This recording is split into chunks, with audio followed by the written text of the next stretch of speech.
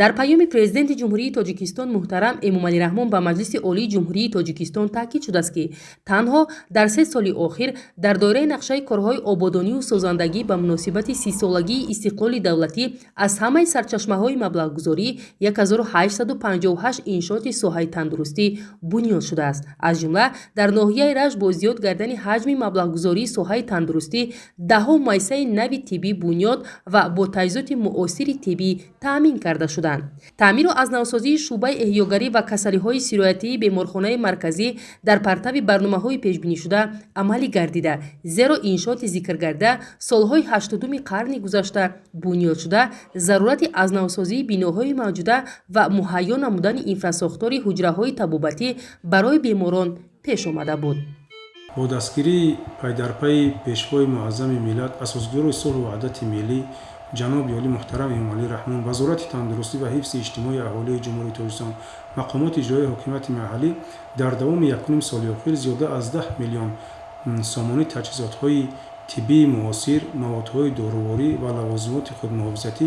ба муассисаҳои тиббии ноҳия ворид гардиданд, ки ин барои беҳтар намудани сатҳу сифати хизматрасонӣ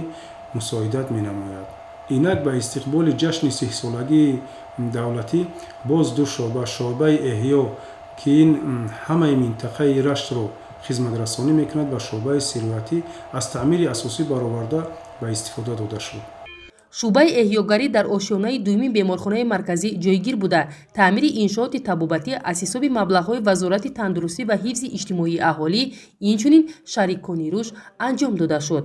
барои дар фасли зимистон таъмин намудани гармии иловатан шабакаи алоҳидаи гармдиҳӣ бунёд шудааст, то дар фасли зимистон ягон мушкилӣ эҷод нашавад. аз ҳама муҳим тамоми ҳуҷраҳои табобатӣ бо таҷҳизоти муосири тиббӣ таъмин гардидааст, то беморони ноҳияҳои минтақаи Рашт ба маркази шаҳри Душанбе нарафта дар ин макон ба табобат фаро гирифта шаванд.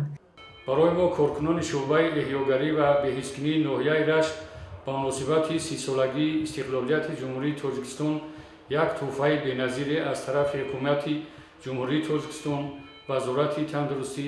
ва ноҳия гардид, ки шуъба дорои 11 кат ва тамоми таҷҳизотҳои ҳозиразамон муҷаҳҳазонида шудааст, ки барои хизматрасонии мардум барои минтақаи Рашт пешбинӣ шудааст. ин моро водор месозад, ки бо савияи дониши худро баланд бардошта ва хизматрасонии худро ба мардуми ноҳия дучанд гардонем.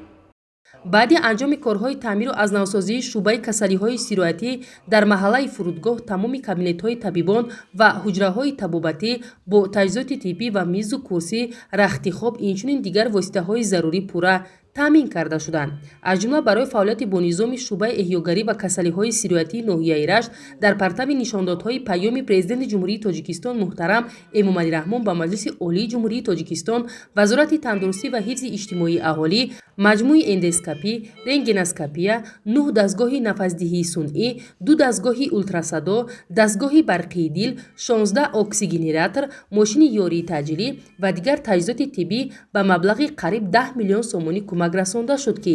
ин ғамхориҳои ҳукумати ҷумҳурии Тоҷикистон аз табибони ноҳияи Рашт тақозо менамояд, то сатҳу сифати хизматрасонии тиббиро боз ҳам баланд бардоранд.